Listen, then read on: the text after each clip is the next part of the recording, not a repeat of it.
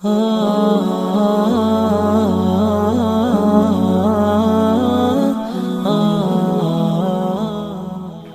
الله الرحمن الرحیم.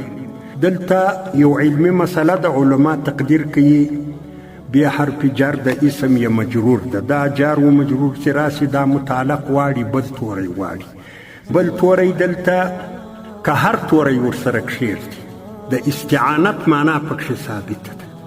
د استعانت دا معنا ده چې یعنی استعینو زه معاونت غواړم د الله جل جلاله څخه.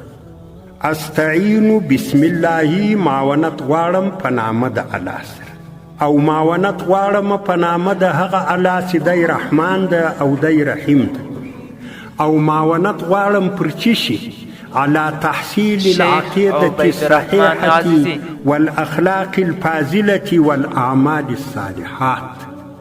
لدغه لارې معاونت غواړم چې الله جل جلاله مې د صحیح عقیدې خاوند او د نیکو اعمالو خاوند مې کي او د نیکو اخلاقو خاوند مې کي.